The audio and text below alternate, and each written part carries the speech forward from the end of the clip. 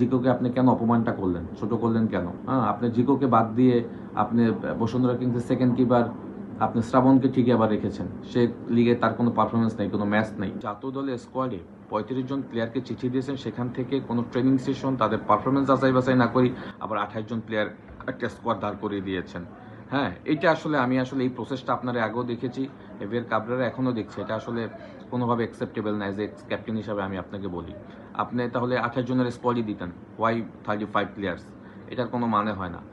এটা একটা আপনি সবসময় এই ধরনের খামখেয়ালিপনের আগেও করেছেন, এখনও করছেন। প্লেয়ারদেরকে নিয়ে আপনার রীতিমতো খেলছেন, এটা ঠিক না। প্লেয়ারদের মেন্টালিটি নিয়ে আপনি, মানসিকতা নিয়ে আপনি খেলছেন, এটা কোনোভাবে অ্যাকসেপ্টেবল না। আপনি জিকোকে দীর্ঘদিন পর গোলকিপার হিসাবে পজিশনে রেখেছেন, আবার তাকে বাদ দিয়ে দিয়েছেন। What is this? হ্যাঁ, আপনি জিকোর মতো গোলকিপার, জিকো সাউথ এশিয়ার বেস্ট গোলকিপার, তাহলে আপনি তাকে ডাকলেন কেন? হ্যাঁ, সে তো বসুন্ধরা কিংস এখন রেগুলার খেলছে, তাহলে তাকে ডাকার দরকার ছিল না। আপনি ডেকে আবার তাকে আপনার 28 জনের স্কোয়াডে রাখেন, বাদ দিয়ে দিয়েছেন। হ্যাঁ, এটা কোনো মানই হয় না আমার কাছে। অনেক প্লেয়ারদেরকে চিঠি দিয়েছেন, 35 জন প্লেয়ারকে। যারা চিঠি পেয়েছে তারা তো আর ক্যাম্পে আসতে পারলো না।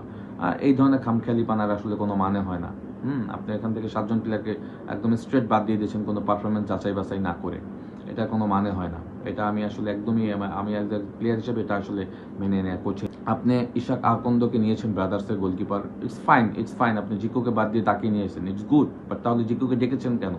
তাহলে জিকোকে আপনি কেন অপমানটা করলেন, ছোট করলেন কেন? হ্যাঁ, আপনি জিকোকে বাদ দিয়ে আপনি বসুন্ধরা কিংসের সেকেন্ড কিপার আপনি শ্রাবণকে ঠিকই আবার রেখেছেন। সে লিগে তার কোনো পারফরমেন্স নেই, কোনো ম্যাচ নেই। আমি আসলে আপনার এই প্রসেসগুলির সাথে কোনোভাবেই আসলে একমত না।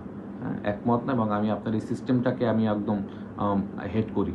নগদ নিয়ে এলো হার নামানা হার অফার।